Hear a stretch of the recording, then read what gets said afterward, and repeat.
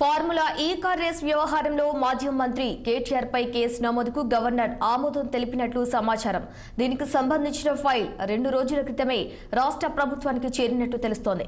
హైదరాబాద్ లో జరిగిన car race లో అక్రమాలు జరిగాయని, నిర్వహణ సంస్థకు విదేశీ కరెన్సీ రూపంలో ఒప్పందానికి ముందే చెల్లించారని ఆరోపణలున్నాయి. ఇది నిబంధనకు విరుద్ధమని, దీనిపై విచారణ చేపట్టాలని ఏఎంయూడీకి ఏసీబీ ఫిర్యాదు చేసింది. సంబంధం లేని హెచ్ఎండిఏ ఒప్పందం చేసుకోవటం, 46 కోట్లు చెల్లించటం, దీనికి బోర్డు అనుమతి లేకపోవటం తదితర అంశాలు అందులో పేర్కొన్నారు. దాంతో అప్పటి పురపాలక శాఖ స్పెషల్ సెక్రటరీ అరవింద్ కుమార్, అప్పటి చీఫ్ ఇంజనీర్తో పాటు గత మంత్రి కేటీఆర్ పై ఎఫ్ఐఆర్ నమోదుకు అనుమతినివ్వాలని ఏసీబీ లేఖ రూపంలో విన్నవించింది. ఈ మేరకు 2 అధికారులపై విచారణకు అనుమతులిచ్చిన సర్కార్ ప్రతినిధి అయిన కేటీఆర్ పై కేసు నమోదుకు అనుమతి ఇవ్వాలని గవర్నర్కు గత నెలలోనే లేఖ రాసింది. దీనిపై న్యాయ సలహా తీసుకుని గవర్నర్ అనుమతినిచ్చినట్లు తెలుస్తోంది.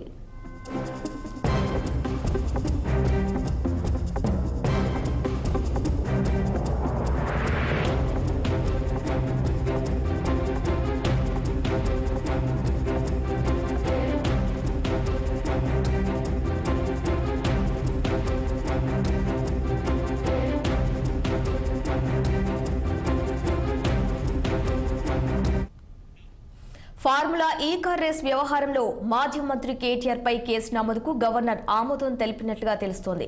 ఇక ఇదే అంశానికి సంబంధించి మరింత సమాచారం మా political bureau chief Ram phone line లో అందించేందుకు సిద్ధంగా ఉన్నారు. చెప్పండి రామ్, కేటీఆర్ పై కేసు నమోదుకు గవర్నర్ ఆమోదం తెలిపినట్టుగా తెలుస్తోంది.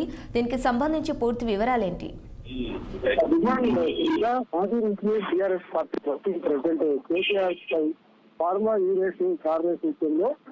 ప్రభుత్వం ఏదైతే గవర్నర్ అనుమతి కోసం కోరిందో గవర్నర్ గత కొంతకాలంగా పెండింగ్ పెట్టారు. అయితే తాజాగా గవర్నర్ కూడా న్యాయ సలహా తీసుకొని ఏసీబీకి ఎంక్వైరీకి అనుమతి ఇచ్చినట్టు తెలుస్తా ఉంది. దీన్ని అధికారికంగా మాత్రం ఎవరు కూడా దీన్ని ధృవీకరించడం లేదు. అయితే గత టీఆర్ఎస్ ప్రభుత్వ హయాంలో పురపాలక శాఖ మంత్రిగా కేటీఆర్ ఉన్నాడు. దాంతో పాటు అధికారులు అరవింద్ కుమార్ కూడా పురపాలక శాఖ ముఖ్య కార్యదర్శిగా ఉన్నాడు. దాంతో పాటు ఇంజనీరింగ్ చీఫ్ అధికారులు కూడా దానికి బాధ్యత వహిస్తూ ఉంటారని చెప్పి తెలుస్తా ఉంది.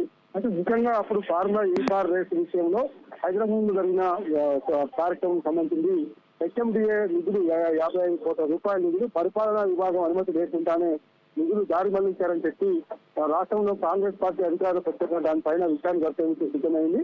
ఈ విషయంలో అప్పటికే పురపాలక శాఖ ఏసీబీకి లేఖ రాసినట్టు, ఏసీబీ కూడా ఎంక్వైరీకి ప్రభుత్వానికి లేఖ రాసినట్టు. అయితే ప్రభుత్వం కూడా అప్పటి క్యాబినెట్ హోదాలో మంత్రి హోదాలో ఉన్నారు కాబట్టి మంత్రిగా ఉన్న వ్యక్తికి గవర్నర్ అనుమతి కంపల్సరీ అని చెప్పి గవర్నర్ కూడా గత చాలా రోజుల క్రితమే అనుమతి కోసం లేఖ రాసింది. ముఖ్యంగా ముఖ్యమంత్రి రేవంత్ రెడ్డి తర్వాత ఇతర మంత్రులు కొంతమంది కూడా ప్రత్యేకంగా కలిసి కూడా ఈ విషయంపై చర్చించినట్టు తెలుస్తాం. అయితే తాజాగా మళ్ళీ ఇప్పుడు గవర్నర్ అనుమతి ఓవరాల్ గా ఇచ్చారా లేదు అధికారికంగానే ఇచ్చారని మాత్రం ఎక్కడ అధికారికంగా మాత్రం బయటికి రావటం లేదు. కాబట్టి కానీ సోషల్ మీడియాలో కానీ ఇతర మీడియాలో కానీ గవర్నర్ అనుమతి వచ్చినట్టు ఖచ్చితంగా త్వరలో కేటీఆర్ సంబంధించిన అధికారులు కూడా అరెస్ట్ అవుతారు. ఈ కేసు కనుక నిజమైతే మాత్రం దాదాపు 3 నెలల పాటు కేటీఆర్ అదేవిధంగా ప్రిన్సిపల్ సెక్రటరీగా ఉన్న అరవింద్ కుమార్ తో పాటు ఇంజనీరింగ్ విభాగం అధికారి అందరూ కూడా జైలుకు పోతారని చెప్పి చెప్పినట్టుగా ఉంది. దీన్ని టీఆర్ఎస్ వర్గాలు మాత్రం ఇవన్నీ కుతంత్రాలు కొత్త కాదు. ప్రజా సమస్యల పైన మేము స్పందించి గట్టిగా పోరాడినప్పుడల్లా ఇలాంటివి తీసుకొచ్చి ప్రజల్లో ఒక పక్కదారి పట్టించే అంశాలను తెరపై తీసుకొచ్చేస్తున్నారు.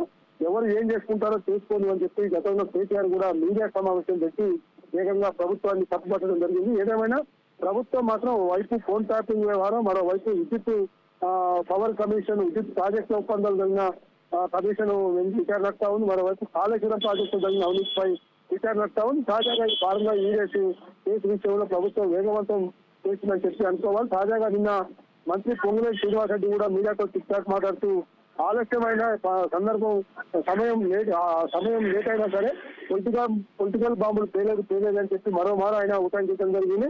కాబట్టి పొలిటికల్ బాంబులు పేలుతాయంటూ గత పదే మంత్రి పొంగులేటి చేసిన వ్యాఖ్యలకు తాజాగా ఇప్పుడు ఈ ఫార్ములా కార్ రేస్ లో గవర్నర్ అనుమతి వచ్చింది, తక్షణం కేటీఆర్ అరెస్ట్ అవుతాడని చెప్పి చెప్తున్నారు. దానికి కూడా సందర్భంగా అనుకోవాలి. శిరీష.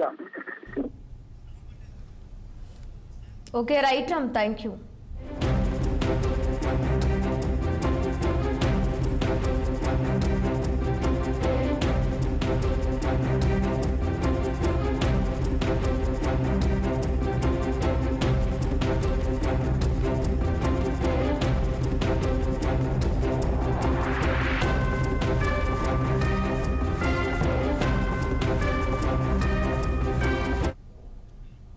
ఇవి ఇప్పటివరకు అప్డేట్స్. Keep watching 6